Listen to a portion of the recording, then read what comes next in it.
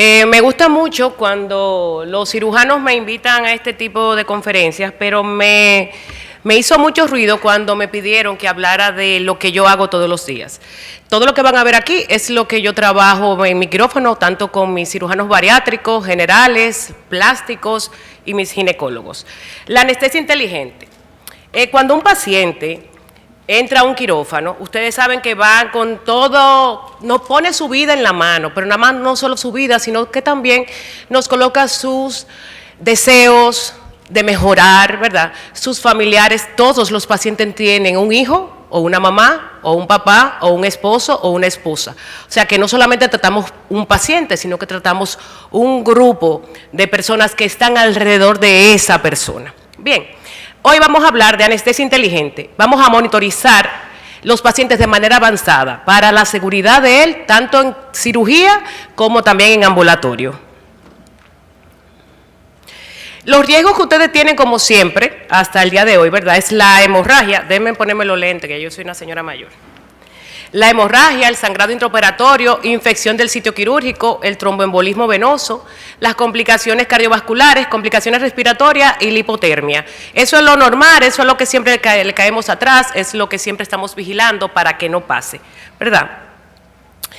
Los estándares de control del ASA se adoptaron desde el 86, iniciaron una nueva era en la atención mejorada de seguridad de paciente, porque yo sé que todos ustedes saben que cuando la anestesia empezó, primero le daban con un palo, luego le ponían cloroformo en la cara a los pacientes, luego lo emborrachaban y era totalmente sin monitorización. Sabíamos que estaba vivo porque respiraba y claro, si corría la suerte se despertaba. Eso ha cambiado mucho ya, ¿por qué? Porque las instituciones internacionales y nacionales nos exigen a todos los niveles que tengamos monitorización, aunque sea la básica. Hoy vamos a hablar de la básica y un poquito más. La básica, ¿qué nos pide? Nos pide la oximetría de pulso, nos pide el electrocardiograma, presión arterial, ¿verdad? Que las alarmas de los monitores estén activas, que se escuchen. Hay cirujanos que no les gusta escuchar eso, pero lamentablemente hay que escuchar las alarmas. Tenemos que tener una vía aérea asegurada. También tenemos que tener los medicamentos necesarios para que si se presenta cualquier eventualidad como un paro cardiorrespiratorio durante el procedimiento o en el procedimiento anestésico, que yo le voy a mostrar unas estadísticas donde sí enseña que realmente en algunas ocasiones la gente le hace reacción a la anestesia de una manera inadecuada. Yo le voy a hablar de estos 4 casos que son unos casos muy famosos y tienen el permiso de publicarse, como el de Elena Broily. Este caso fue el del 2005 y toca mucho lo que somos los anestesiólogos, porque aquí el cirujano nunca llegó a poner la mano.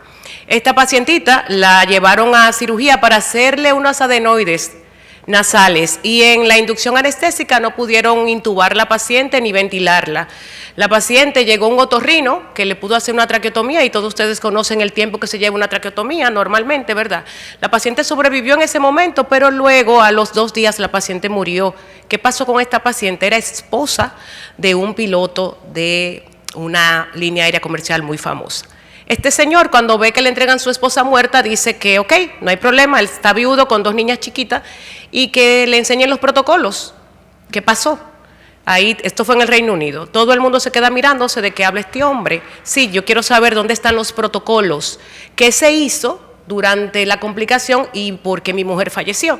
Entonces, no habían protocolos para manejos de crisis en intrahospitalaria, intraquirófano. Y este señor les dijo, pues yo no voy a demandar. Yo lo que voy a hacer es ayudarlos a ustedes a hacer los protocolos. Bien, ese va a ser mi legado y ustedes, claro, me van a mencionar en todas partes. Y así fue como llegaron los protocolos intraoperatorios, como hacen los pilotos de comerciales. Michael Jackson, que ustedes saben que eso está satanizado, pusieron el Propofol como la cosa más mala del mundo, donde no es así. Simplemente Michael Jackson recibía Propofol como un inductor del sueño natural y normal en su casa, en su habitación, sin ninguna vigilancia, porque aparentemente ya tenía mucho tiempo y su organismo estaba adaptado y no se moría, pero sí, un día se murió. Bien, y se murió y condenaron a su médico. ¿Por qué? Porque en ese momento él simplemente estaba solo, no tenía ninguna monitorización, no hubo ninguna alerta ni alarma, y encima de eso quienes los encontraron no tenían ningún instrumento ni ninguna habilidad para reanimarlo.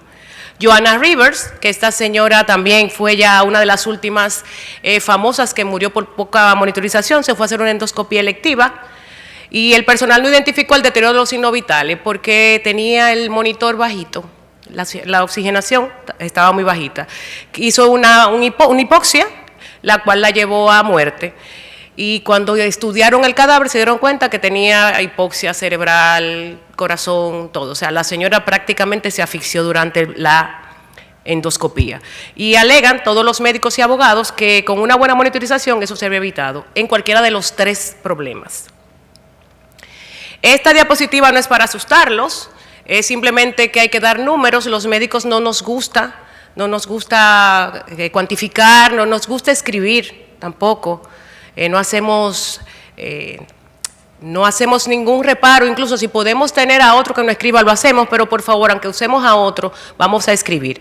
Esto dice que de 0.7 a 100.000 anestesias hay un paro cardíaco, atribuible a mí como anestesiólogo. Ocurre en el acto operatorio y son potencialmente reversibles con detención precoz. ¿Cuáles de ustedes ha visto 30 de frecuencia cardíaca? Todos. Sin un monitor no nos damos cuenta, y cuando vemos 30 de frecuencia cardíaca, yo le digo a mi cirujano, tranquilos, voy a tropinizar, porque van a ver que la frecuencia va a subir y se pueden pensar que el paciente está despierto, ¿verdad?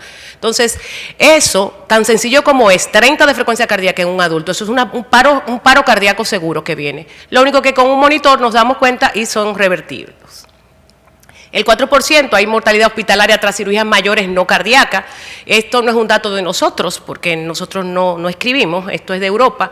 Dice el 73% de los fallecidos nunca ingresó a cuidados intensivos, o sea que no dio ni tiempo, se morían en el quirófano. Bien, aquí hay otra cosa que me asusta un poquito, que 1 de cada 3.000 anestesias generales con paro cardíaco perioperatorios hace una complicación grave. 1 en 18 casos. O sea que sale, lo sacamos del paro, pero queda malito y hay que llevarlo a cuidados intensivos.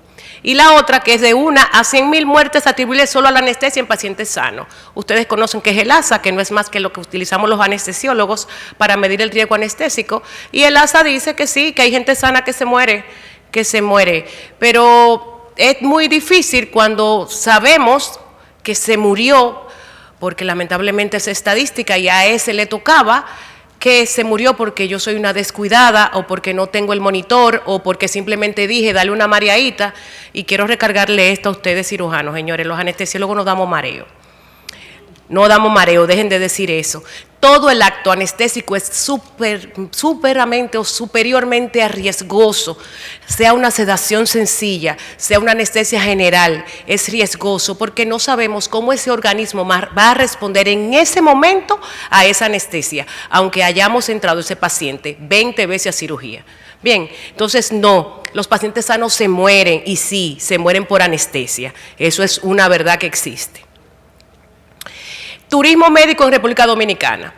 La Confederación Internacional de Enfermedades Americana dice que a nosotros los dominicanos se nos han muerto 93 pacientes que han venido buscando cirugías en el país. Eso lo publicaron en todos los periódicos para hacernos, no digo un daño, quizás no lo quiero ver de manera negativa, sino que lo quiero ver de manera positiva, porque para que no hagan daño tenemos nuestros propios periodistas, que ustedes saben cómo nos sacan en primera plana y en televisión nacional, que no parecen dominicanos, parecen de otro mundo, porque yo no había visto cómo la sangre se ataca a la misma sangre. Entonces, crecemos en volumen quirúrgico, pero también crecemos en riesgo clínico. Para nadie es un secreto todas las clínicas que han cerrado, porque quizás ni nos percatamos si ese centro tiene los permisos para trabajar. Sin embargo, trabajamos en cualquier lugar. También no nos percatamos si tienen los monitores, los medicamentos, los especialistas realmente preparados para enfrentarse a una eventualidad. No solamente cirugía plástica, porque muchos piensan, no, esos son los plásticos, que los plásticos hacen una superlipo. No. Aquí yo le traigo estadística de bariátricos. de cirugías ginecológicas. Incluso son unas estadísticas subestadísticas, porque todos también sabemos que tantas cirugías se hacen en lugares inadecuados por especialistas que no son especialistas y que qué bueno que todo sale bien. Pero sí, se complican los pacientes, también se mueren y salimos en los periódicos y cierran los centros. Entonces sí, la Sociedad de Bariátricos ya está escribiendo, ellos me facilitaron unas estadísticas que aquí la tengo y se las dejaré para que le hagan fotos más adelante, pero sí hablan de que sí tienen complicaciones. Los ginecólogos también, estamos recibiendo muchas pacientes extranjeras a hacerse procedimientos ginecológicos estéticos, bien, que son hechos por ginecólogos muy, muy buenos, igual que los bariátricos, igual que cirujanos generales, igual que cirujanos capilares. O sea, República Dominicana ha apuntado bastante como punto de turismo médico, incluso compitiendo con Colombia, que deberíamos de cuidar un poquito eso, porque no ha aumentado los ingresos en el país. Hemos llegado a 1.321.000 millones de dólares. Ha recuperado el país por el hecho de que vengan extranjeros y dominicanos que viven fuera del país a operarse aquí. Entonces, entramos en lo que yo vine a hablarle, el soporte inteligente a la decisión clínica. El sistema de soporte inteligente. En Michigan tienen un soporte llamado Alert Watch Orin. Integra los datos del paciente y alerta la hipotensión analizando las tendencias, mejorando el proceso de atención, su impacto en los resultados clínicos y siguen la evaluación. Miren, nosotros somos muy especiales en atender asuntos del momento, o sea, somos reactivos. Reaccionamos a las cosas, no somos preventivos. Con esta inteligencia artificial podemos ser preventivos. ¿Por qué? Porque me dice 10 minutos antes si el paciente se va a hipotensar, si se va a parar, y un sinnúmero de parámetros que me va dando y me lo va diciendo en tiempo real, y yo puedo ir adaptando y mejorando el estado del paciente antes de que se presente la complicación.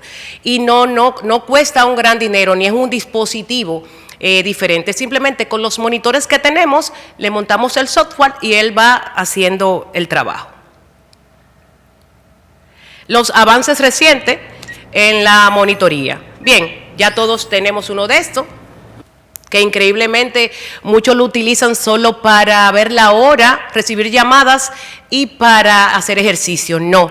Busquen su reloj inteligente y van a ver todas las funciones que tiene, de electrocardiograma, de saturación de oxígeno, de cómo duerme, a qué hora se despierta, en qué momento tuvo un sueño profundo y en qué no. Estos dispositivos funcionan de una manera excelente y nosotros los anestesiólogos lo estamos aprovechando muchísimo. Más allá de lo básico, ¿verdad?, de tomar presión, profundidad y bloqueo neuromuscular, estamos trabajando con unos dispositivos especiales que en el dedo, ese que ustedes ven ahí, aquí, en el dedo me está tomando la presión venosa central y la presión arterial sin tener que pinchar el paciente. Bien, lo está haciendo. Este del medio, que muchos de ustedes lo conocen, me hace un electroencefalograma en vivo. El tercero, el de abajo, que es este aparatito que tenemos aquí, que me hace el electroencefalograma y al mismo tiempo me mide la hemoglobina en tiempo real sin tener que pinchar el paciente. Y claro, la relajación neuromuscular. El soporte inteligente Alarma Smarter, que es el primero que le enseñé, que está basado en inteligencia artificial, analiza en tiempo real la curva de monitor y puede anticipar la hipotensión arterial minutos antes de ocurrir. Bien, se llama Cumen Hypotension Prediction Index. El 41% de los pacientes monitorizados con este aparatito presentaron menos hipotensión intraoperatoria. ¿Por qué? Porque el anestesiólogo se da cuenta a tiempo. El Warren's Telemonitorización, que es esto lo podemos utilizar bajando una aplicación a nuestro celular, podemos despachar a nuestro paciente a la casa y lo vamos monitorizando por su reloj inteligente. Permite una monitorización remota y continua de signos vitales en la etapa de recuperación. Aunque el paciente se quede ingresado, nosotros nos vamos a la casa y podemos seguir vigilando a nuestro paciente sin tener que estar llamando al médico de servicio para saber sobre eso. Este aparatito ha hecho que 3.5% de los pacientes que pueden complicarse no pase, porque usted en su casa se está dando cuenta de lo que está pasando, llama al centro o arranca para el centro y comienza a tratar a su paciente antes que le entre a la unidad de cuidados intensivos. Este me encanta. Este es el FACE, es inteligencia artificial que anticipa el deterioro. Esto no es un aparato, esto es un software que se le monta a todos los aparatos que usted tenga como monitorización en su quirófano disponible. No tiene un gran costo, solamente usted tiene que saber manejarlo, pero sí él necesita estar conectado, él estar viendo todo lo que está pasando con ese paciente durante la cirugía. Este te va a dar lo mismo, va a ser algo parecido, va a pasar así.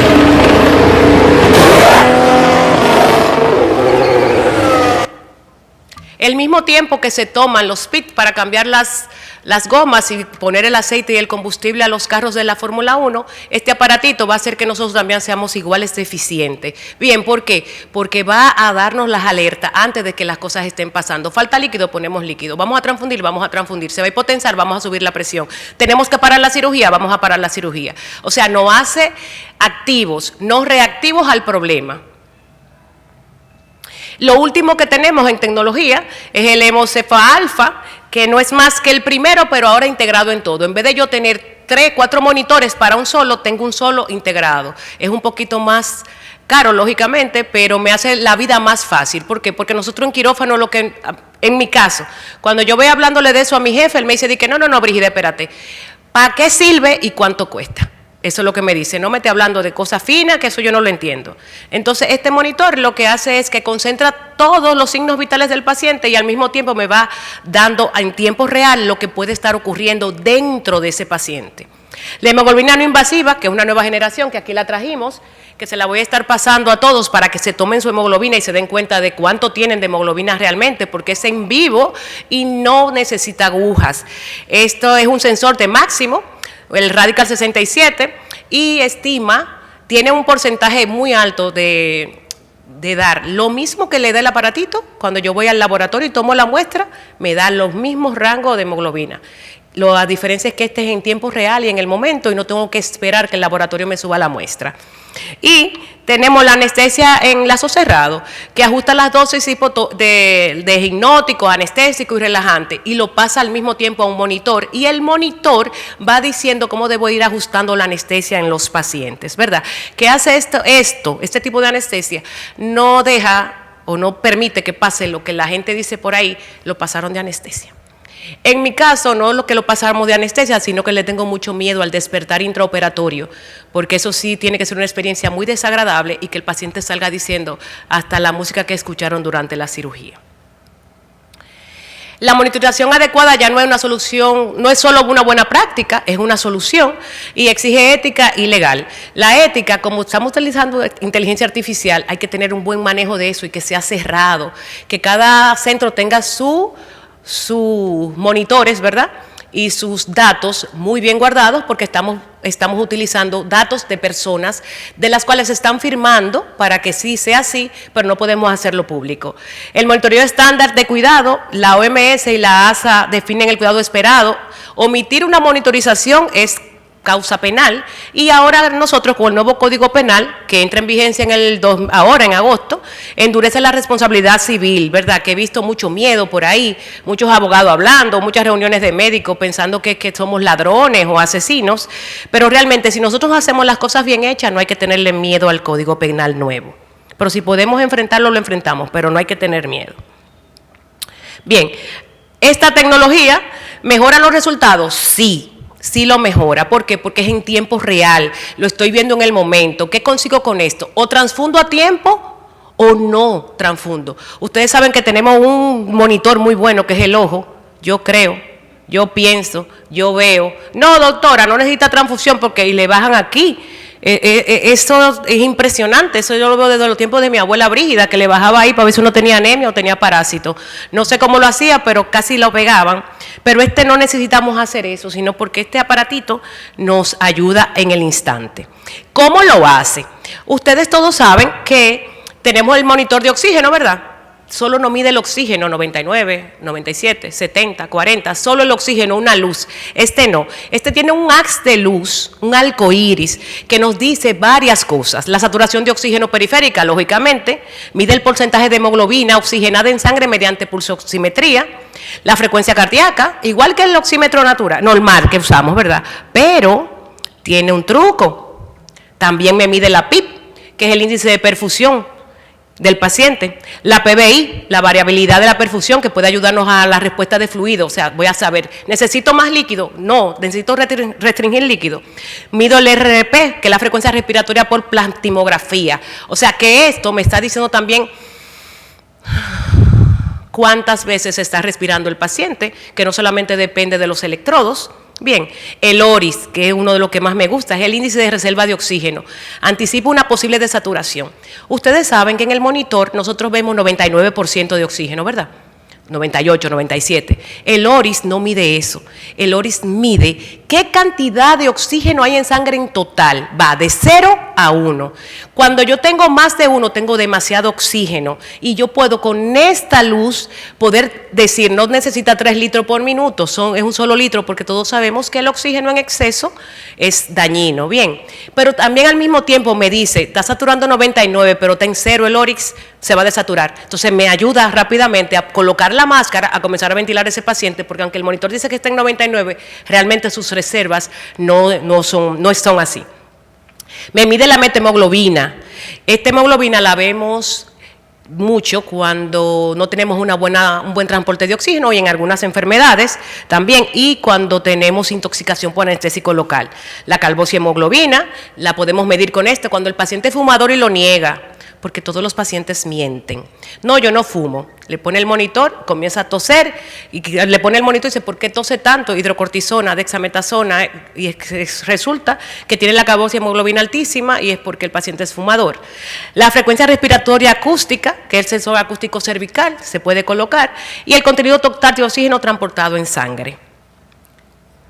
¿Cómo nosotros evaluamos este dispositivo? Bien, una compañera y yo, la doctora Lina Castillo, hicimos un plan, preparamos un protocolo para en nuestros centros medir, cada una parte, medir cómo funcionaba, si realmente, como nos fueron las personas de Máximo diciendo que era el monitor, si realmente funcionaba así. Bien, hicimos nuestros objetivos, los criterios de inclusión y de exclusión.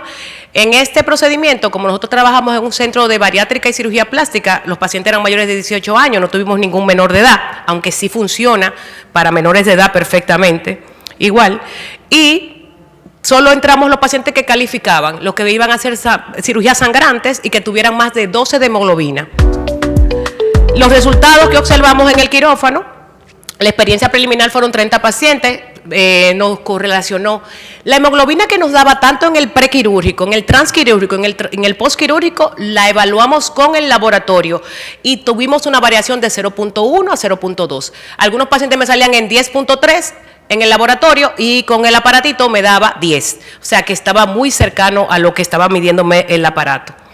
Bajamos muchísimo lo que fue la transfusión sanguínea al ojo %, y al mismo tiempo pudimos transfundir en quirófano antes de que el paciente en sala se nos descompensara. Lo que aportó la hemoglobina no invasiva es que optimiza el manejo hemodinámico de los pacientes intraoperatorio, limita las transfusiones innecesarias. Transfundimos 2 pacientes y refuerza la seguridad intraoperatoria. Increíblemente, uno se siente tan seguro, tan bien cuando sabe que lo que está haciendo está correcto y lo correlaciona afuera, porque a pesar de tener el aparato como quiera, hacíamos el hemograma de todas formas. El corte prospectivo, esto es un estudio independiente que se hizo en otro lugar de pacientes neuroquirúrgicos que iban a sangrar. También hicieron que el umbral de transfusiones de 10 miligramos fue predeterminado en el protocolo y ellos pudieron bajar las transfusiones sanguíneas innecesarias usando el aparato. La hemoglobina del laboratorio, que es lo único que puede competirnos con él, que es intermitente, se tarda, se pierde la muestra. Las transfusiones sanguíneas pueden estar asociadas con comorbilidades, con infecciones, como todos sabemos. Son muy pocos los cirujanos que les gusta transfundir. Yo no conozco esos cirujanos de que sí, transfúndela. Sí los hay, pero son muy pocos, exceptuando lógicamente cirugías que sí necesitan transfusiones, como muchos de los trasplantes y cirugías de corazón. Pero también en ellos podemos utilizar este dispositivo. ¿Por qué? Porque también vamos anticipando los requerimientos de nuestros pacientes. Estas curvitas negras me dicen lo que me dio el aparato y el rojo me dice lo que me dio el laboratorio. Me ofrece una imagen puntual, en vivo, va en vivo, no tengo que esperar. Bien. ¿Dónde puedo utilizar este aparatito? En todas partes, hasta en la consulta. Usted en su consulta le pone el sensorcito al paciente y lo anota. Bien, en el transquirúrgico, en sala, en el posoperatorio, en intensivo, en cualquier lugar lo podemos utilizar. ¿La monitorización continua de la hemoglobina puede utilizarse como monitor de tendencia? Sí, pero ojo, nunca un monitor va a suplantar un médico especialista. O sea, sí, podemos confiar en ella, pero teniendo los criterios. Recuerden que es un aparato y puede fallar. Si vamos a dar anestesia inteligente, entonces tenemos que tener una recuperación inteligente, ¿no? En el quirófano, ya te sabemos, monitorización avanzada y con esto vamos a tener una fluidoterapia correspondiente. La recuperación, analgesia multimodal. Miren, yo quiero que ustedes sepan que en la consulta preanestésica ya nosotros estamos dando analgesia. Se le está indicando el analgésico al paciente previo a la cirugía, la noche antes de la cirugía. Se le está dando pregabalina o algún otro coadyuvante, dependiendo lo que el paciente necesita. ¿Por qué? Porque ya dejamos de reaccionar al dolor. El dolor, para tener un buen manejo, tenemos que atacarlo en el inicio. ¿Y cuándo es el inicio? Antes de la incisión. Antes de usted entrar el bisturí, tenemos que atacar el dolor. Por eso muchos pacientes a veces, me operaron, quedé muy bien, pero ese dolor fue insoportable. Los pacientes miden el éxito de la cirugía si le duele o no le duele. Impresionante, igual que la cicatriz. Si se le ve la cicatriz, el cirujano no sabe. Así usted le haya salvado la vida, pero la cicatriz es grande. Así mismo es el dolor. Si le duele, no, yo no estoy bien operada, así es que la gente lo mide. Bien, entonces por eso la consulta preanestésica es tan importante y que su anestesiólogo esté muy bien comunicado con su equipo quirúrgico para que puedan tener una sola perspectiva en todo, el bienestar de su paciente. Recuperación rápida. Ustedes conocen ERAS, ¿verdad? Que acortando la hospitalización, haciéndola de menos de un día, si es posible, disminuye la mortalidad, colocando al paciente a caminar, inmediatamente recupere totalmente la conciencia y anticipándonos a las hipotensiones y a las transfusiones sanguíneas.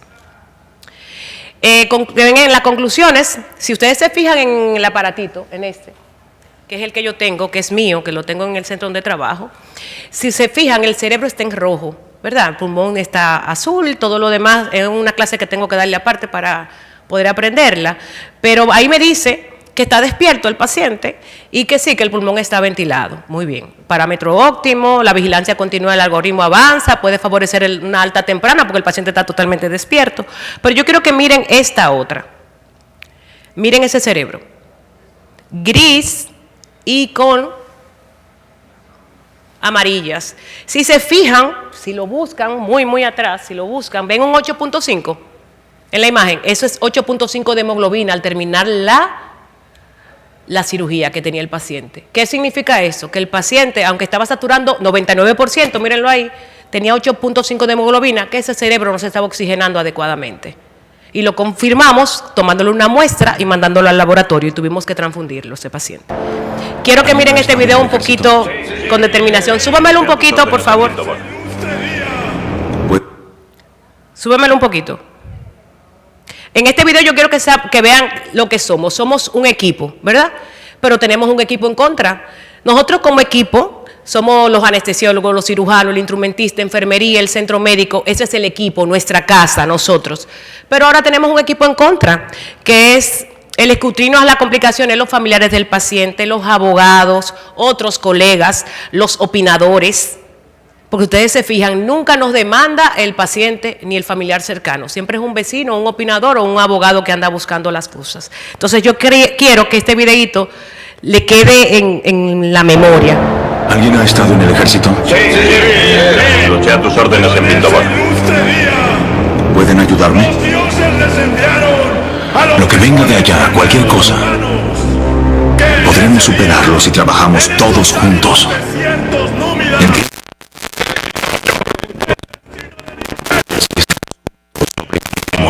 ¡Me place traerles a los legionarios de Escipión el Africano!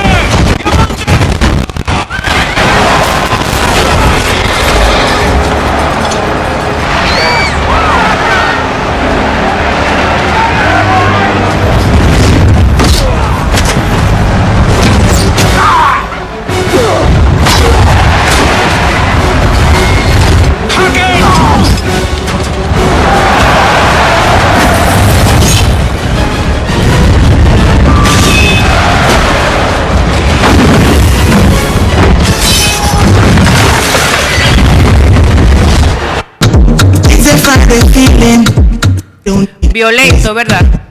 Pero eso somos nosotros cuando estamos preparados todos juntos para enfrentar tanto los problemas intraoperatorios como los problemas legales, porque últimamente la gente ya no quiere salir bien de quirófano, quiere salir mal para demandar. Bien, aquí ven un videíto donde estamos trabajando con nuestros aparatos bajo anestesia cerrada. Estos aparatos todos los que hacen es que me ayudan a monitorizar al mismo tiempo el paciente y me va diciendo los requerimientos que el paciente necesita. O sea, si tengo que aumentar el propofol, si tengo que aumentar el relajante neuromuscular, si tengo que aumentar la sedación o si tengo que aumentar la analgesia al mismo tiempo. Aquí es con mi equipo de cirujanos bariátricos que estoy, que son la gente de GastroSurge, como el doctor Restituyo, la doctora Rondón y el doctor Infante, quienes confían en mis manos para hacer que sus pacientes salgan de la mejor manera posible. Gracias.